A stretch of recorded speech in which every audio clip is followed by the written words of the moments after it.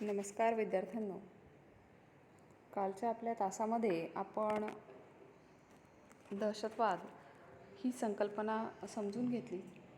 तसंच त्यावरील काही मुद्दे आपण कालच्या आपल्या तासामध्ये अभ्यासले. तर यापूर्वी भारताने मानवतावादी कार्यामध्ये कशा प्रकारे इतर राष्ट्रांना मदत केली किंवा इतर राष्ट्रांमध्ये कशा प्रकारचं मदतीचं स्वरूप होतं हे आपण कालच्या आपल्या तासामध्ये अभ्यासलं. आजच्या आपल्या तासामध्ये आपण दहशतवाद याबद्दल बघणार आहोत की कशा प्रकारे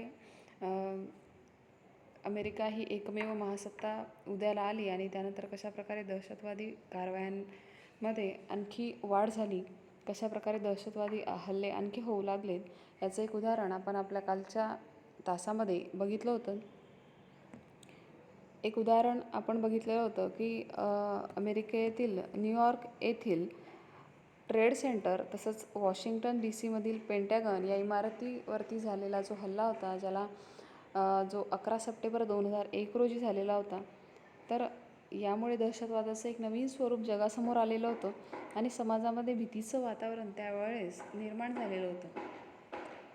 साधारणपणे सरकारी संस्था आणि अधिकारी यांना प्रामुख्याने लक्ष केलं जातं या दहशतवादी संघटनांमार्फत. पुढे आपण बघतोय 1972मध्ये म्युनिक येथे इस्रायलच्या ऑलिम्पिक संघावर पॅलेस्टिनी दहशतवाद्यांनी केलेला हल्ला आधुनिक दहशतवादाचे पहिले उदाहरण म्हणता येईल. अशाच प्रकारे आणखी एक हल्ल्यांमध्ये वाढ होत गेली आणि कशा प्रकारे ते हल्ले वाढत गेले याचंच एक उदाहरण म्हणजेच म्युनिक येथील 1972मध्ये झालेला हा हल्ला होता आणि इस्रायलच्या ऑलिम्पिक संघावर पॅलेस्टिनी दहशतवाद्यांनी त्यावेळेस हल्ला घडवून आणलेला होता. त्यानंतर दहशतवादी संघटना या कशा प्रकारे आणखी वेगवेगळ्या पद्धतीने वेगवेगळे मार्ग अवलंबायला लागले आणि एक प्रकारे समाजामध्ये दहशतीचं वातावरण निर्माण करू पाहत होते, त्याची काही उदाहरणं या ठिकाणी दिलेली आहेत. विमान अपहरणे असतील, बॉम्बस्फोट असतील किंवा काही महत्त्वाच्या राजकीय नेत्यांची हत्या असेल, अशा प्रकारे वेगवेगळ्या मार्गांचा अवलंब हे दहशतवादी लोक करू लागले. पारंपरिक दहशतवाद हा मुख्यतः सरकारी संस्थांना लक्ष्य करत असे, ज्याला आपण पारंपरिक दहशतवाद म्हणतो, की जे पूर्वीपासून करत आलेले होते दहशतवादी कारवाया. तर त्यामध्ये जे काही महत्त्वाचे सरकारी संस्था असतील त्यांनाच फक्त लक्ष केलं जात होतं किंवा सरकारी अधिकाऱ्यांनाच त्यावेळेस टार्गेट केलं जात होतं. परंतु दहशतवादी सहसा काही विशिष्ट लोकसमूहांच्या हक्कांसाठी लढत असत आणि दहशतवादी कारवायांचा अनेकदा अलगतावादी, फुटीरतावादी चळवळींशी संबंध येतो. त्यांचे काहीतरी वेगळे उद्दिष्ट असतात, काहीतरी वेगळे त्यांचे हेतू असतात. ते पूर्ण करण्यासाठी हे दहशतवाद्यांचे जे काही गट आहेत हे अशा प्रकारे त्यांच्या कारवाया करत असतात. परंतु पारंपरिक दहशतवाद ही जर संकल्पना सोडली तर आधुनिक दहशतवाद आता अनेक पातळ्यांवरती वाढलेला आपल्याला दिसून येतो आहे. आधुनिक दहशतवाद आज दहशतवादी विशिष्ट भौगोलिक क्षेत्रातील विशिष्ट लोकसमूहासाठी लढत नाही, तर दहशतवादी संघटना अमूर्त स्वरूपाच्या धार्मिक विचारसरणीने प्रेरित झालेल्या असतात. त्यांचा लढा अमूर्त स्वरूपाची धार्मिक ध्येय साध्य करण्यासाठी असतो. तर आताचा जो आधुनिक दहशतवाद आहे त्याची उद्दिष्ट बदललेली आहेत, त्यांचे हेतू बदललेले आहेत. तर हा विशिष्ट लोकसमूहासाठी नाही, तर विशिष्ट गटाच्या काही फक्त मागण्या पूर्ण कराव्या किंवा काही त्यांचे हेतू साध्य व्हावे फक्त एवढ्याकरता तो कार्य करत नाही, तर त्यांचे धार्मिक विचारसरणीने खऱ्या अर्थाने प्रेरित झालेले आपल्याला आताचे जे दहशतवादी गट आहेत ते दिसून येतात आणि त्यांचा लढा हा अमूर्त स्वरूपाची धार्मिक ध्येय साध्य करण्यासाठी असतो. त्यासाठी वैश्विक पातळीवर योजना राबवल्या जातात. 9/11चा हल्ल्यानंतर त्यांच्याशी साधर्म्य असलेले अनेक हल्ले, त्याला आपण बाली म्हणूया, बाली येथे झालेला 2002मधील हल्ला, माद्रिद येथे झालेला 2004मधील हल्ला, लंडन येथे झालेला 2005मधील हल्ला, तसेच मुंबईचा 2008मध्ये घडवून आणला गेलेला तो सुद्धा आणखी एक हल्ला. अशा प्रकारचे अनेक हल्ले एकामागून एक घडवून आणले गेले. तर अशा प्रकारे दहशतवादाचं स्वरूप हे बऱ्यापैकी समाजामध्ये वाढलेलं दिसून येत होतं. या ठिकाणी आणखी थोडी माहिती आपल्याला दिलेली आहे दहशतवादी संघटनेबद्दल. अल-कायदा या संघटनेने घडवून आणलेल्या 9/11च्या दहशतवादी हल्ल्याचे प्रत्युत्तर म्हणून अमेरिकेचे राष्ट्राध्यक्ष जॉर्ज W. बुश यांनी दहशतवादी विरोधी विरोधी लढाई ही लष्करी मोहीम आखली आणि अफगाणिस्तानमध्ये झालेलं युद्ध 2001मध्ये आणि इराकमध्ये झालेलं युद्ध 2003 साली हे याच लढाईचा भाग होते. दहशतवाद्यांच्या हल्ल्याला प्रत्युत्तर म्हणून दहशतवादी विरोधी लढाई सुरू करायची आणि हे जे 2 युद्ध घडवून आणले गेले हे याचंच उदाहरण अमेरिकेने समोर प्रस्तुत केलेलं आपल्याला दिसून येतं. अमेरिका पुरस्कृत या सैनिकी आक्रमणाला ब्रिटन, तुर्कस्तान, जर्मनी, इटली, नेदरलँड, फ्रान्स आणि पोलंड या देशांनी पाठिंबा दिला होता.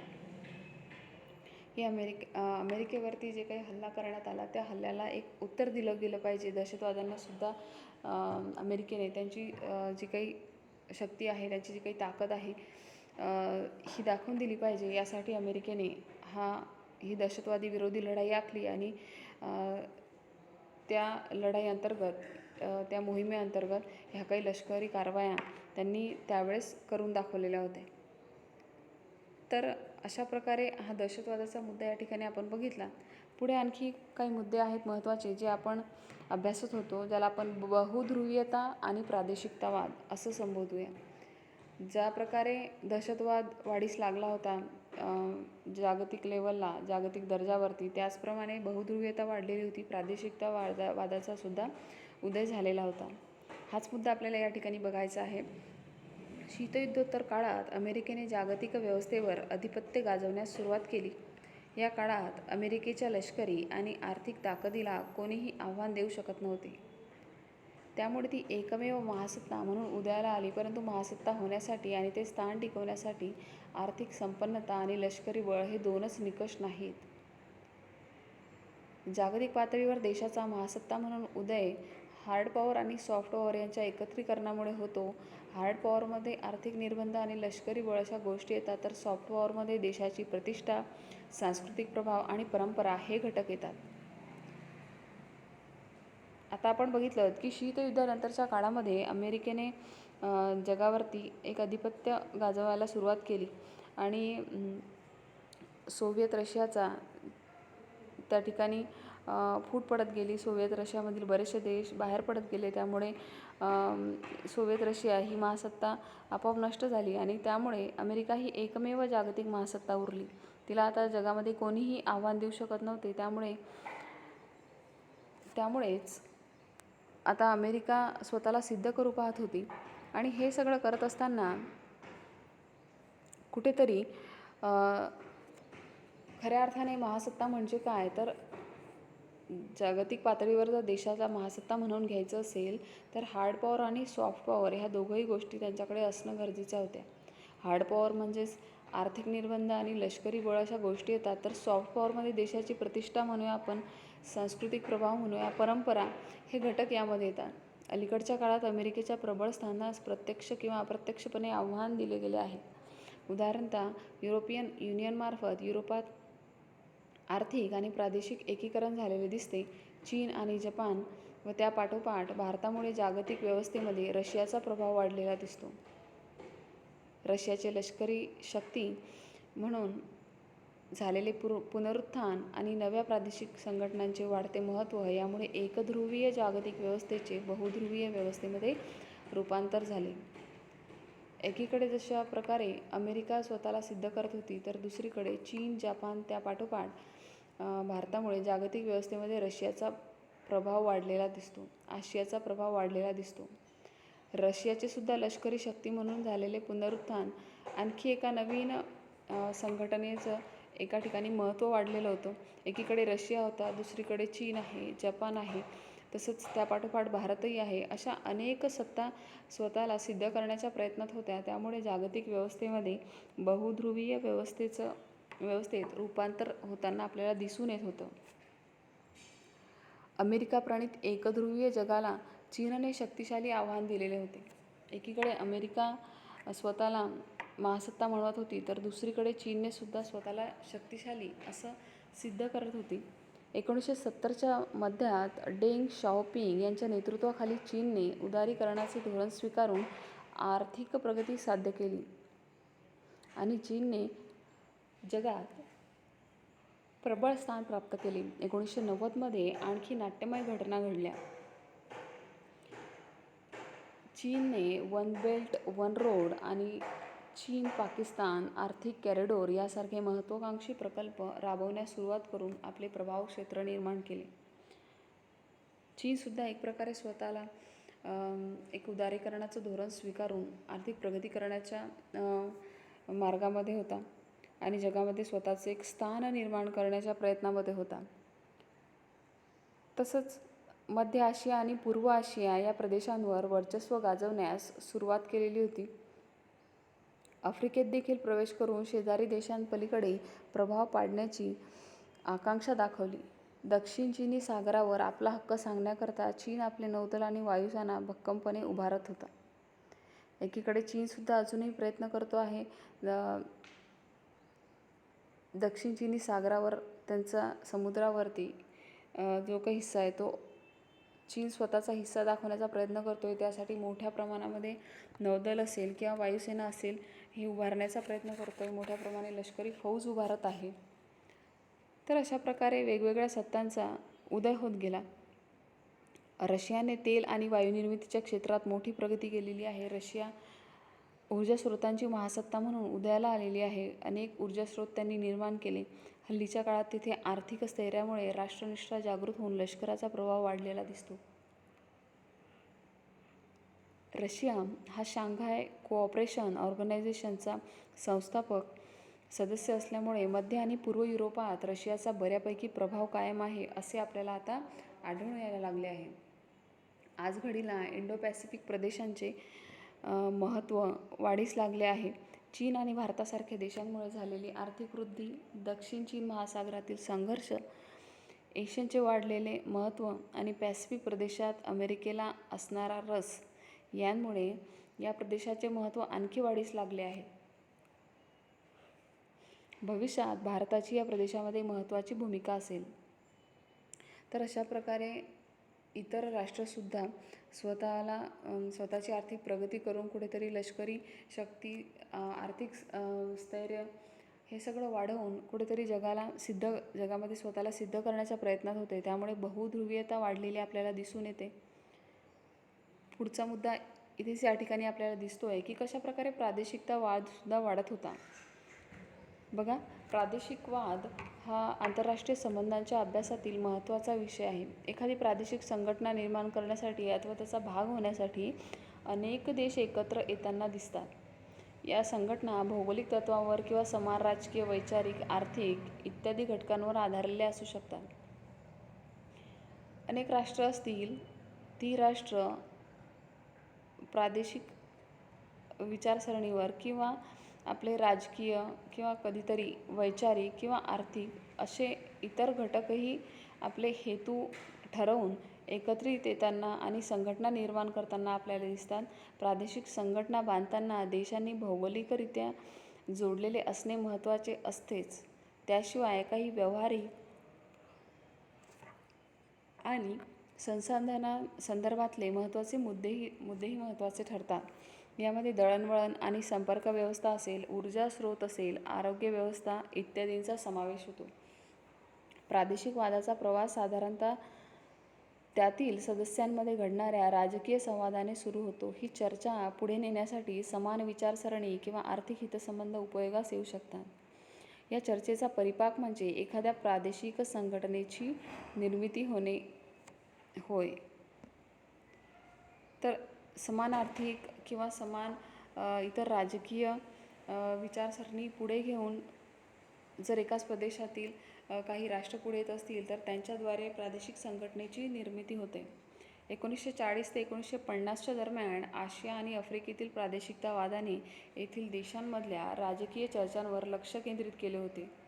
युरोपचे लक्ष मात्र आर्थिक समन्वयाकडे होते. युरोप हे जे राष्ट्र आहे ते स्वतःला आर्थिकदृष्ट्या सिद्ध करत होतं. उदाहरणतः युरोपमध्ये युरोपीय कोळसा आणि पोलाद समुदाय ECSC 1951, तसेच युरोपीय आर्थिक समुदाय EEC 1957 आणि युरोपीय अणुऊर्जा समुदाय युरॅटम 1958 या संघटना स्थापन झाल्या. युरोप हे राष्ट्र कुठेतरी स्वतःला आर्थिकदृष्ट्या सिद्ध करू पाहत होतं, आपण बघितलं. आणि त्याचं उदाहरण या ठिकाणी आपल्याला दिलेलं आहे की युरोप हे जे राष्ट्र आहे कुठेतरी स्वतःला कोळसा आणि पोलाद या उद्योगांमध्ये प्रभर करण्यासाठी प्रयत्न करत होतो. त्यासाठी त्यांनी वेगवेगळ्या ज्या काही त्याच्याशी या ऊर्जेशी रिलेटेड, या ऊर्जेशी संबंधित ज्या काही अनेक अणुऊर्जा समुदाय असेल, आर्थिक समुदाय असेल, अशांची त्यांनी स्थापना केली. पोलाद समुदाय असेल, तर या ऊर्जांच्या क्षेत्रामध्ये स्वतःला सिद्ध करण्यासाठी वेगवेगळ्या संघटना त्यांनी स्थापन केल्या. 1960च्या सुमारास प्रादेशिक सहकार्याच्या संकल्पनेचा आशियामध्ये प्रसार झाला आणि 1967मध्ये एशियनची स्थापना झाली.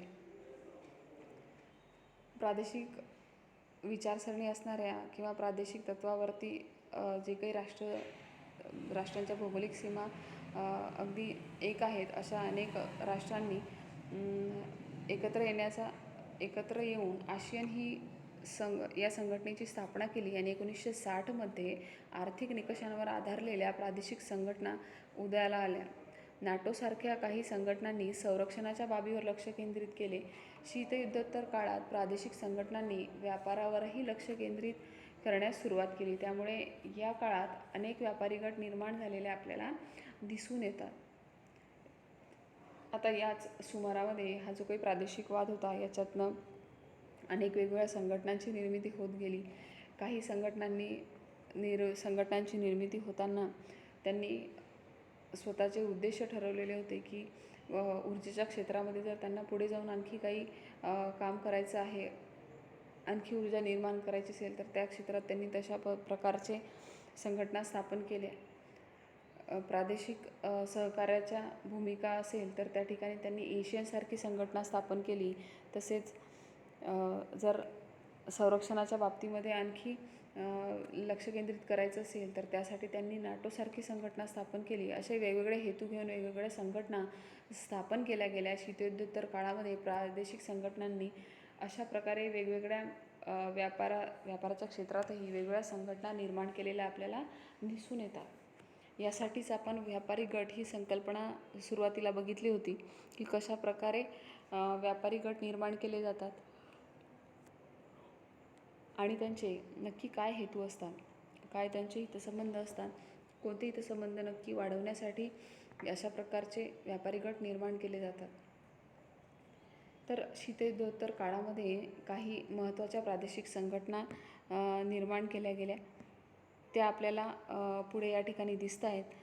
तर बघा, युरोपीय संघ ही एक प्रादेशिक संघटना, आणि या संघटनेबद्दलचा आपण आढावा घेऊ की कशा प्रकारे युरोपीय संघ निर्माण झाला. अशाच प्रकारच्या आणखी बऱ्याच संघटना पुढे आहेत, जसं सार्क असेल किंवा बिमस्टेक असेल, ब्रिक्स असेल, शांघाय सहकार्य संघटना असेल किंवा G20 ही संघटना असेल. अशा प्रकारच्या वेगळ्या संघटनांचा उदय होत गेला. या ठिकाणी आपण बघतोय युरोपीय संघ. दुसरे महायुद्ध व त्यानंतर शीतयुद्ध यामुळे आलेल्या सततच्या अस्थिरतेमुळे युरोपातील देशांना कायमचं एकत्र येण्याची प्रेरणा मिळाली. कुठेतरी दुसऱ्या महायुद्धानंतर किंवा शीतयुद्धानंतर युरोपातले जे काही देश होते त्यांना आर्थिक किंवा एक राजकीय अस्थिरता निर्माण झालेली होती आणि या देशांनी एकत्र येऊन कुठेतरी स्वतःचा विकास करून घेण्याची गरज होती. त्यामुळे युरोपीय संघाची सुरुवात आर्थिक सहकार्य दृढ करणारी संस्था म्हणून झाली. याच धर्तीवर युरोपीय संघाची स्थापना झाली. त्यामागची कल्पना अशी होती की जेव्हा देश एकमेकांशी व्यापार करतील तेव्हा ते आर्थिकरित्या परस्परांवर अवलंबून असतील, त्यामुळे त्यांच्यामधील संघर्ष टळू शकेल. यासाठीच युरोपीय कोळसा व पोलाद समुदाय आणि युरोपीय आर्थिक समुदाय या दोन संस्थांची अनुक्रमे 1991 ते 1957 साली स्थापना झाली. तर या ठिकाणी एकच संकल्पना त्यांनी लक्षात घेतलेली होती ज्यावेळेस युरोपीय संघाची स्थापना केली गेली, त्यावेळेस की जेव्हा देश एकमेकांशी व्यापार करतात तेव्हा ते आर्थिकरित्या एकमेकांवर अवलंबून असतील, त्यांच्यामधील संघर्ष टळू शकेल आणि यासाठीच काही महत्त्वाच्या संस्थांची स्थापना होणं गरजेचं होतं आणि त्या ठिकाणी ती स्थापना करण्यात आली. पुढे पुढे या सर्व संघटना एकमेकात विलीन होऊन युरोपीय समुदाय, ज्याला EC असं म्हटलं जातं, म्हणून ओळखले गेले. आणि 1973मध्ये एका करारांतर्गत युरोपीय संसद निर्माण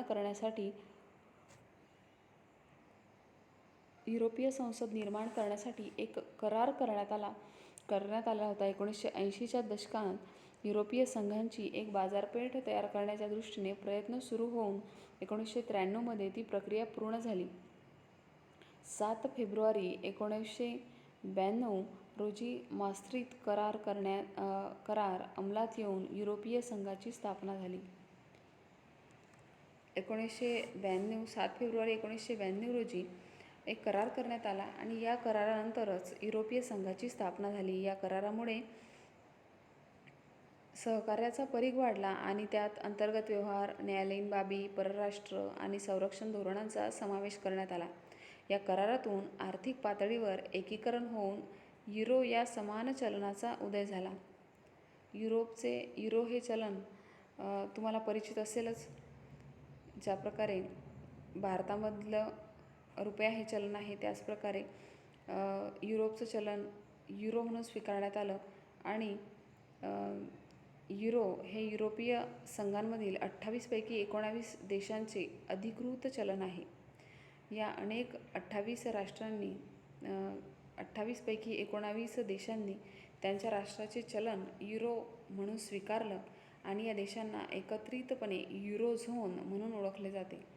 युरोझोन म्हणून ओळखल्या जाणाऱ्या 19 देशांचं जे काही राष्ट्रीयकृत चलन आहे ते युरो आहे, म्हणून त्यांना युरोझोन असं म्हटलं जातं.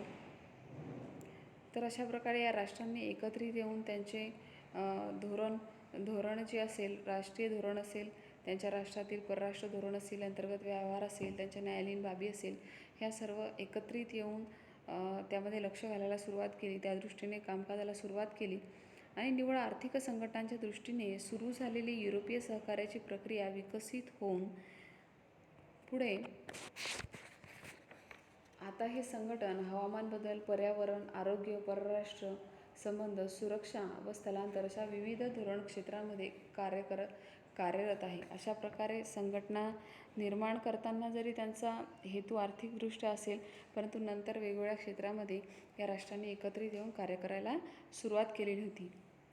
1 जानेवारी 1999 साली जगातील चलनांच्या बाजारात युरोचा प्रवेश झाला आणि ज्यावेळेस जागतिक बाजारपेठेमध्ये 1999 साली युरो या चलनाचा प्रवेश झाला आणि ब्रिटन असेल, स्वीडन आणि डेन्मार्क यांचा अपवाद वगळता युरोपीय राष्ट्रांच्या सगळ्या देशांमध्ये युरोचा वापर सुरू झाला. युरोपीय संघातील युरो हे राष्ट्रीय चलन म्हणून स्वीकारलेल्या देशांच्या भौगोलिक आणि आर्थिक प्रदेशास युरोझोन म्हणून संबोधतात आणि अशा प्रकारे त्या राष्ट्रांचं ते चलन म्हणून त्यांनी स्वीकारलेलं होतं. तर अशा प्रकारे युरोपीय संघाची निर्मिती झाली. त्यातून त्यांच्यातील जे काही व्यापार होता तो सुद्धा वाढीस लागला आणि अशा प्रकारे युरोपातील अनेक राष्ट्र त्यांच्या विकासाच्या दृष्टीने वाटचाल करताना आपल्याला दिसून येतात. तर या ठिकाणी आपण युरोपीय संघ या शीतयुद्धोत्तर काळातील एका प्रादेशिक संघटनेबद्दल आपण ऐकलं. आपण या ठिकाणी त्यांच्याबद्दलची माहिती घेतली. तशीच शेंगेन प्रदेशाची निर्मिती ही युरोपीय संघाची सगळ्यात मोठी कामगिरी मानली जाते. तसेच या युरोपीय संघाने आणखी पुढे जाऊन वेगवेगळ्या प्रदेशांची निर्मिती केली. तर तेच प्रदेश आपण पुढे अभ्यासणार आहोत. आजच्या आपल्या लेक्चरमध्ये आपण इथेच थांबतो आहे. उद्याच्या आपल्या लेक्चरमध्ये आणखी काही अशा संघटनांबद्दल आपण माहिती जाणून घेऊया. तोपर्यंत आज आपण इथेच थांबतो आहे. धन्यवाद.